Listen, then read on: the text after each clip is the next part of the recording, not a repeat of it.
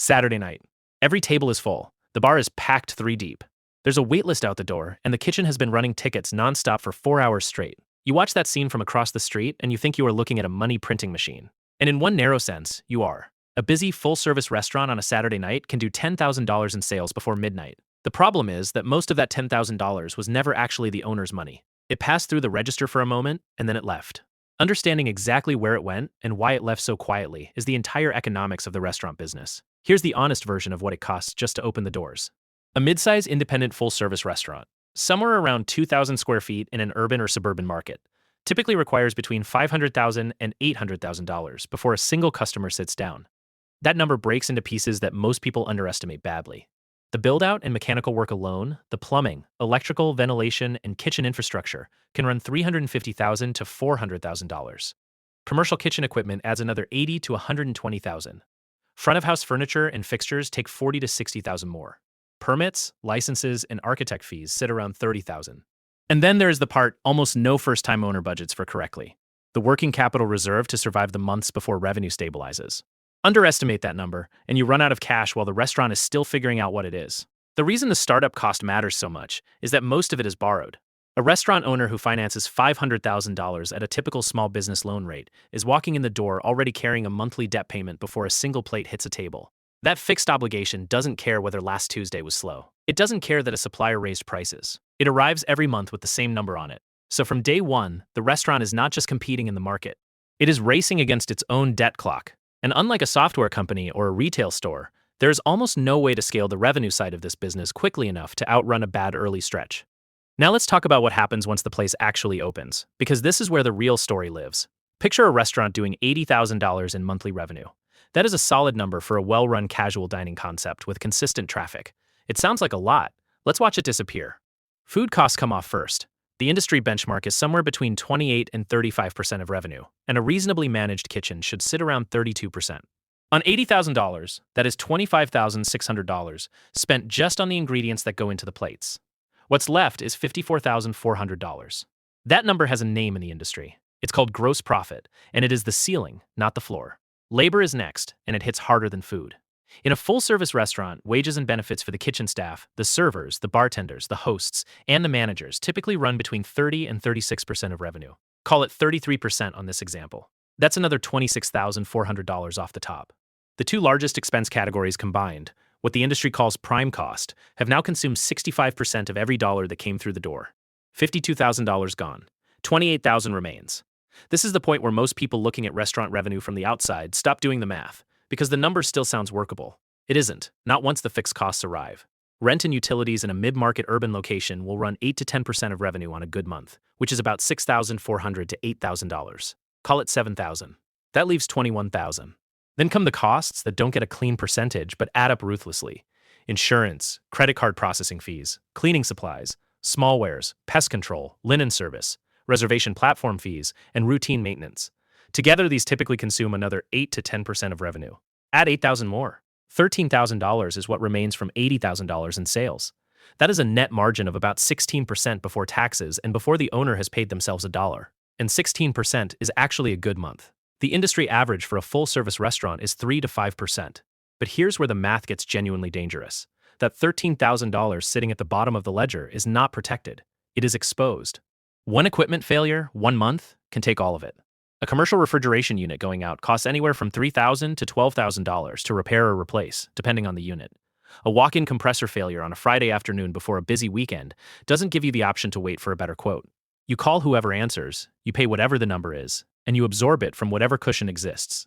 A busy restaurant with good revenue and a 5% margin can have an entirely profitable month erased by a single equipment repair that would be unremarkable in almost any other industry. Read that again. A single repair. And then there's the money restaurants literally throw away. The restaurant industry loses an estimated $160 billion annually to food waste. At the individual restaurant level, a poorly run kitchen with weak inventory systems might waste 8 to 12% of its food purchases before anything reaches a plate. On a $25,000 monthly food cost, that is $2,000 to $3,000 disappearing into a trash can. Operators who track inventory tightly, who run daily waste logs and adjust purchasing to actual sales patterns, can cut that number close to 3 or 4%. The difference between a restaurant that survives and one that doesn't. Delivery apps introduced a cost structure that has quietly become one of the most significant financial pressures in modern restaurant economics, and most customers have no idea it exists. The major platforms, the ones that bring the order to the door, charge restaurants a commission between 15 and 30% of the order total. On a $30 delivery order, the platform takes $4.50 to $9 before the restaurant has bought a single ingredient. A restaurant doing a meaningful share of its revenue through delivery apps and failing to price its delivery menu to account for those fees is effectively subsidizing the app's business model with its own margin. Some operators have responded by raising delivery prices 10 to 15% above their in-house menu. Others have built their own ordering systems to cut the platforms out entirely. But both solutions carry a cost. Higher delivery prices reduce order volume, and building proprietary tech is expensive. There is a structural ceiling on restaurant revenue that makes all of these cost pressures harder to escape. A restaurant with 80 seats can serve roughly 1.5 to 2 turns per meal period on a busy night. That is a hard physical limit.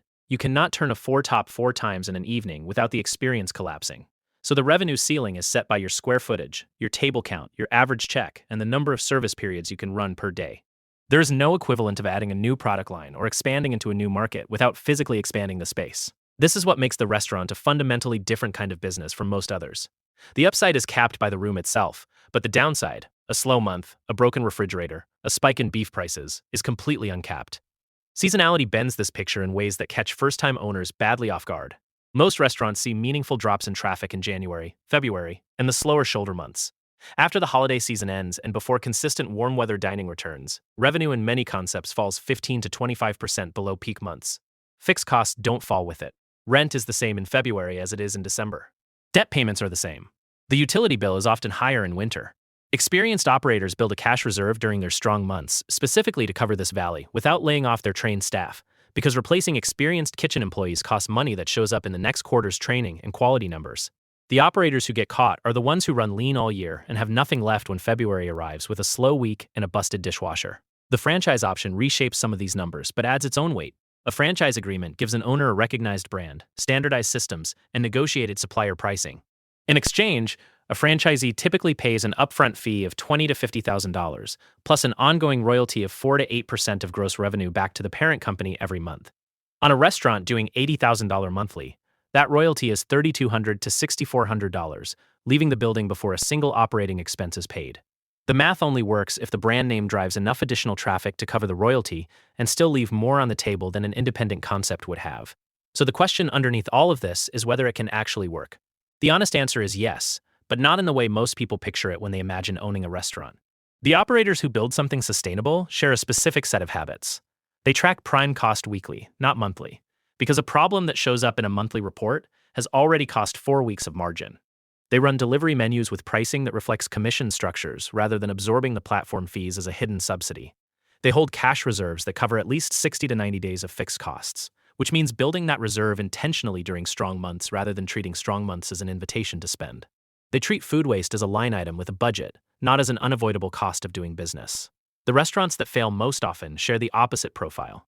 They are undercapitalized at opening, which means a single bad month in the first year becomes a crisis rather than a setback. They treat the Saturday night revenue as the real story and ignore the Tuesday and Wednesday numbers that reveal what the business actually earns on average. They watch food costs by feel rather than by system, and the waste compounds quietly until the margin is gone before anyone notices.